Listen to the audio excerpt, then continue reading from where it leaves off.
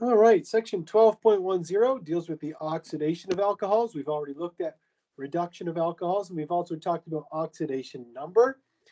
And we saw how alcohols could be formed by the reduction of a carbonyl, but if we do the reverse process, it's called oxidation. So again, we've already covered this part in detail, reducing agents like hydrogen and hydrogenation or sodium borohydride or lithium aluminum hydride.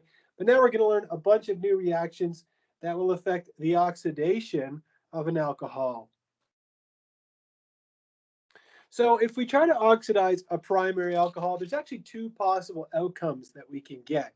If we start by looking at the first possible oxidation that can occur, that would yield an aldehyde, but an aldehyde can be oxidized again or oxidized even further to produce a carboxylic acid. And so what we're going to learn about is we're going to see conditions where we can simply reduce it to just the aldehyde, or we could fully oxidize it to the carboxylic acid. And there are different reagents that we can use to do those. Now, if we oxidize a secondary alcohol, it's going to give us a ketone and it will not undergo any further oxidation. The reason why is because the carbonyl carbon does not have a hydrogen attached directly to it. In order for further oxidation to occur, it must have another hydrogen attached to it like an aldehyde does. As far as tertiary alcohols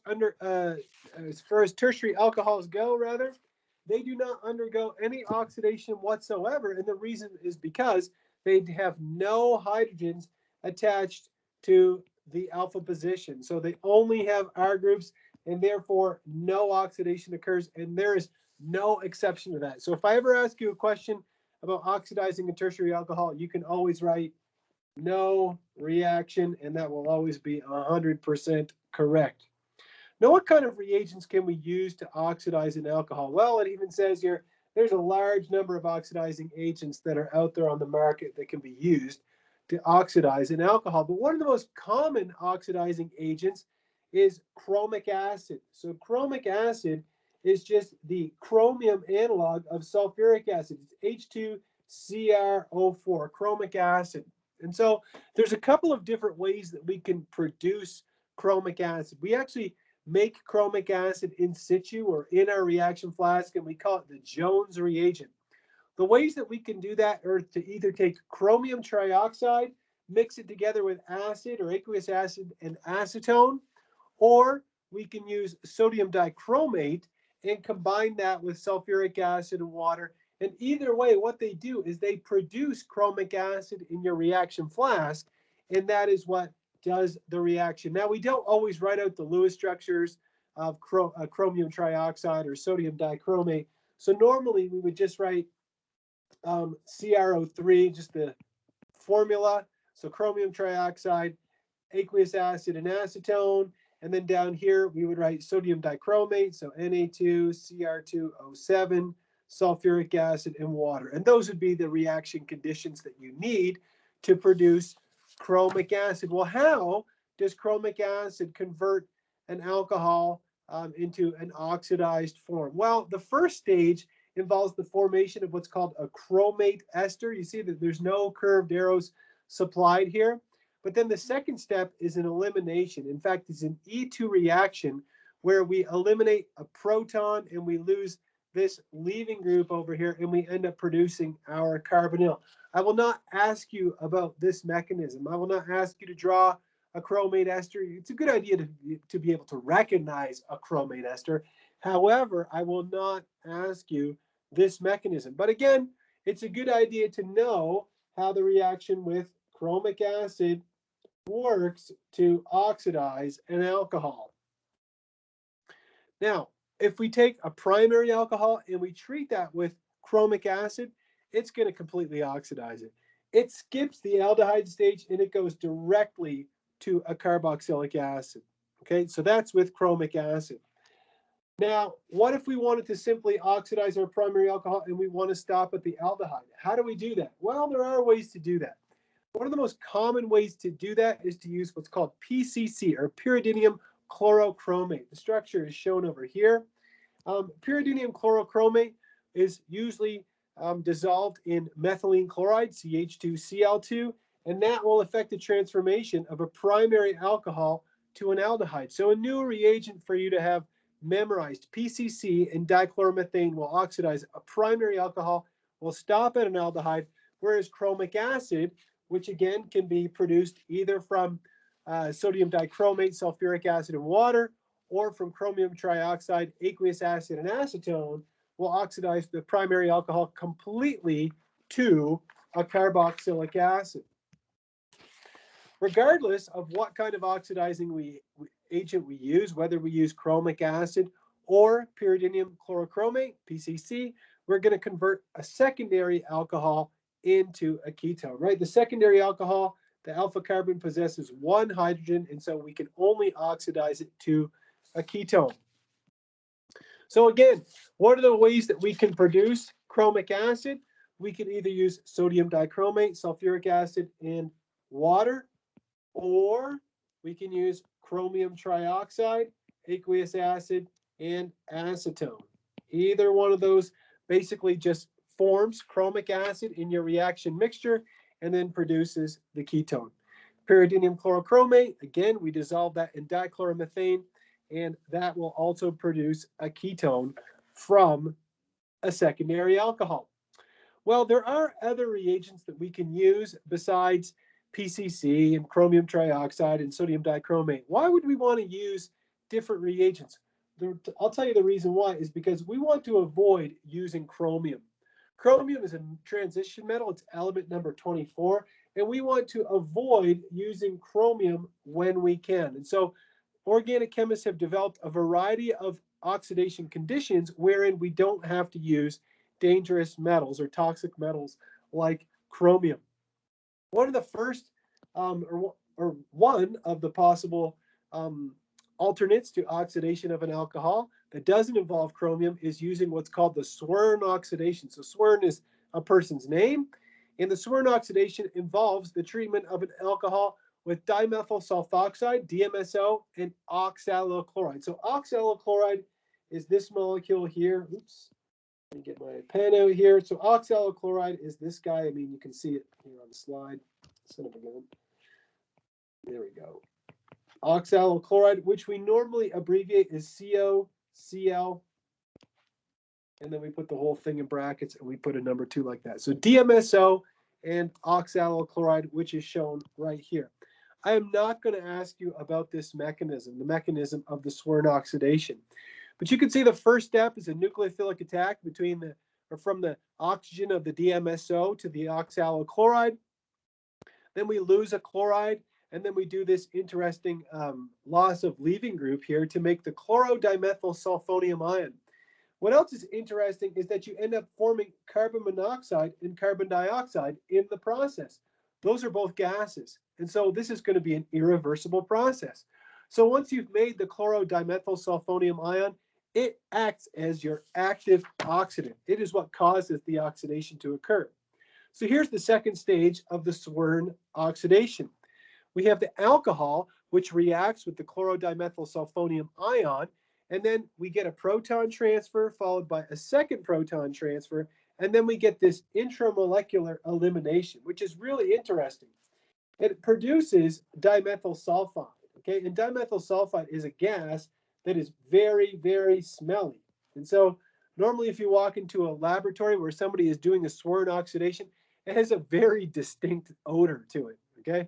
Very distinct odor of the Soren oxidation. It's because of all the reagents that are necessary, the DMSO, the oxallyl chloride, and the triethylamine. So again, we oxidize a secondary alcohol to a ketone. Unlike PCC, the Soren oxidation also converts primary alcohols to aldehydes. So these are the reagents for the Soren oxidation. Notice that it is a two-step process. Okay, 2 steps. The first step, treatment of the primary alcohol with dimethyl sulfoxide and oxallyl chloride. And the second step is simply treatment with triethylamine.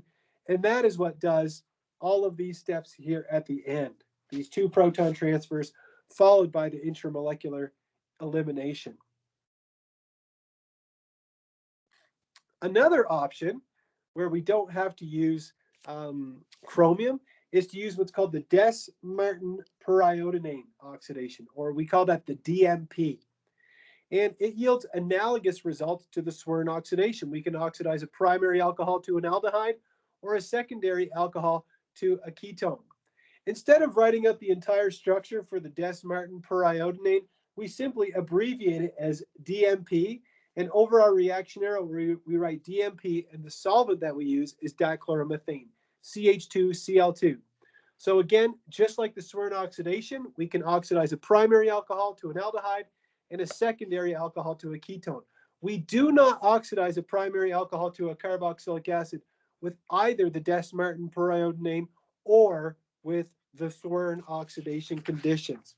Oxalyl chloride, DMSO, followed by treatment with triethylamine. The mechanism for the Desmartene oxidation is believed to proceed through this intermediate that we call a periodinane. I'm never going to ask you to reproduce this. It's more put here as an FYI. But something that you'll notice about the Desmartene reaction conditions is that it doesn't involve any acid, does it? Right? When we do the oxidation using the Jones reagent or chromic acid, we're in strongly acidic conditions, and it also requires usually adding heat to the reaction mixture. And the problem with acid and heat is that it's acid and heat, right? It could end up degrading what might be an important functional group in another part of a molecule if you have a multifunctional compound. And so we have to be careful when we're using reagents like the Jones reagent. Again, there is a place for it in organic chemistry. However, the reaction conditions are quite harsh, and that is why Desmartene oxidation, or the Desmartene periodinane oxidation, and the Soren oxidation are such good alternatives. Let's say, for example, you had this compound here. This is a trifunctional compound, well, kind of a bifunctional compound, isn't it? We have two alcohols, and we also have an aldehyde, right? The alcohol on the far left is a secondary alcohol. This alcohol is a primary alcohol. And then, of course, over here we have an aldehyde. Now, if we're going to treat that with chromic acid, that's going to convert the aldehyde to a carboxylic acid. That's also going to convert the primary alcohol to a carboxylic acid, but it's only going to convert the secondary alcohol into a ketone. That's all it can do, right? We can't oxidize a ketone any further. So when we want to draw out our final product, 1, 2, 3, 4, we want to make sure to draw a carboxylic acid over here. We have another carboxylic acid that's formed over here, and the secondary alcohol gets converted into a ketone. Again, we've got 2 carboxylic acids and 1 ketone in our final product. This slide just shows the reaction that we just looked at. Well, with those in mind, let's take a look at some reactions where we have to apply using these reagents that we just looked at. The first one, we're taking a secondary alcohol and we're treating it with the Jones reagent, sodium dichromate, sulfuric acid, and water, which again is just a way to produce chromic acid. What's that going to do? That's going to convert the ketone into the secondary alcohol into a ketone. I got a bit ahead of myself there, didn't I? All right, so we end up making a ketone from our secondary alcohol. The next one, we have a primary alcohol, same thing. Okay, the first one, we had a secondary alcohol. Now we've got a primary alcohol. If we treat that with the Jones reagent, which is very powerful oxidizing conditions, we're going to convert this to a carboxylic acid. Remember, we have a CH2 here, and that's the carbon that's going to be in the carbonyl. So we write this out here like this. This is our carbon that's going to be in the carbonyl, and there's our carboxylic acid. So this is called cyclopentane carboxylic acid. The next one, these are the Soren oxidation conditions. We're starting with a primary alcohol. It's going to get oxidized not to a carboxylic acid, but to an aldehyde. Remember that this is the carbon that's going to be in the aldehyde, in the carbonyl of the aldehyde. And then lastly, we have a bifunctional compound where we have a primary alcohol and we have an aldehyde.